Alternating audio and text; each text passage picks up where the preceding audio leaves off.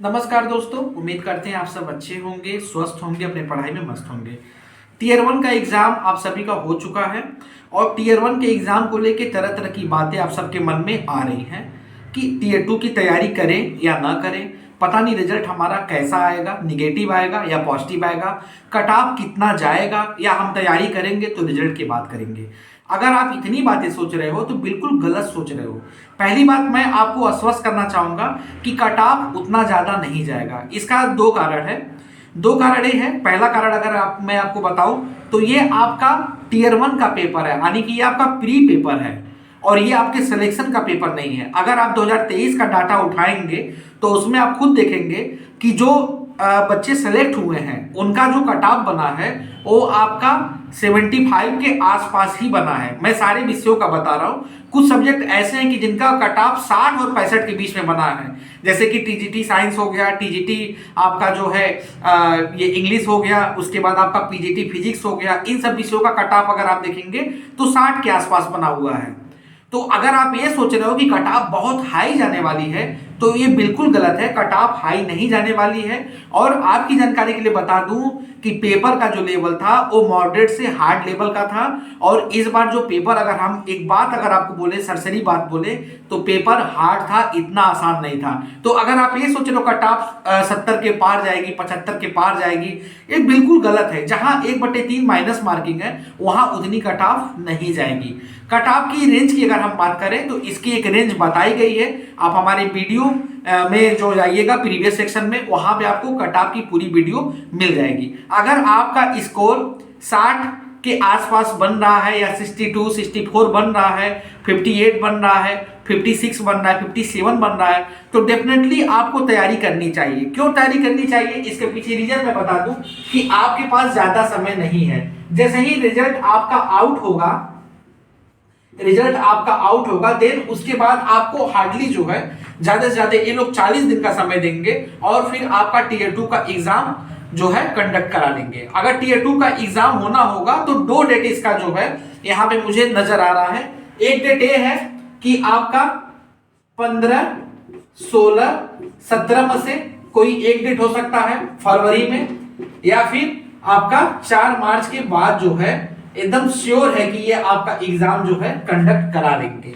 तो आप देख ही सकते हो कि 15 फरवरी में और 4 मार्च में ज्यादा अंतर नहीं है। जो लोग सोच रहे हैं कि बहुत लंबा टाइम मिलेगा, ऐसा बिल्कुल नहीं है। और ये जो टीयर टू का पेपर है वो आपके सिलेक्शन का पेपर है। जहां तक चांसेस ये है कि 15, 16, 17 फरवरी में से यही जो है डेट फाइनल होगा आपके टीयर टू के एग्जाम के लिए। और रिजल्ट आने के बाद इतना जल्दी ये लोग टीयर टू का एग्जाम करवाएंगे कि आप बस देख लेना। इसमें टाइम टेकिंग बिल्कुल नहीं होने वाला है, क्योंकि नए सत्र में बच्चों को ज्वाइन करवाना है। जब टीयर टू करवाएंगे फिर उसके बाद जो है इसका रिजल्ट निकालेंगे फाइनल, फिर आपका डीबी होगा, फिर आपको ज्वाइनिंग देंगे।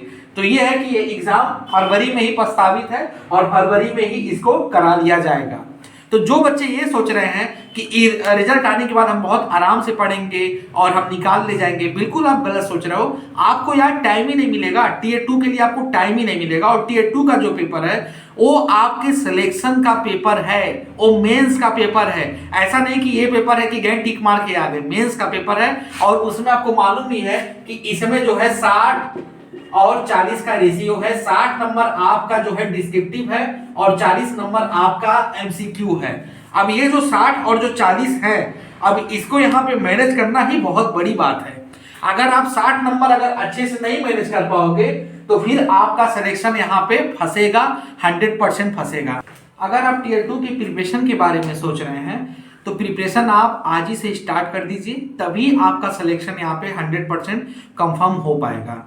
इसके पीछे कारण यह है कि कंपटीशन बहुत ज्यादा है और जो आपका टीयर टू का जो पेपर है वो आपके सिलेक्शन का पेपर है। तो इसमें आपको प्रिपरेशन अभी से स्टार्ट करनी पड़ेगी। अगर आप रिजल्ट का वेट करोगे तब तक टाइम निकल जाएगा। दूसरी जानकारी आपको बता दें कि हमारे यहाँ टीयर टू का सेपरेट बैच चलाया जा रहा है, जिसमें कंप्लीट गाइडेंस आपको किया जाएगा डिस्क्रिप्टिव पेपर को लेके।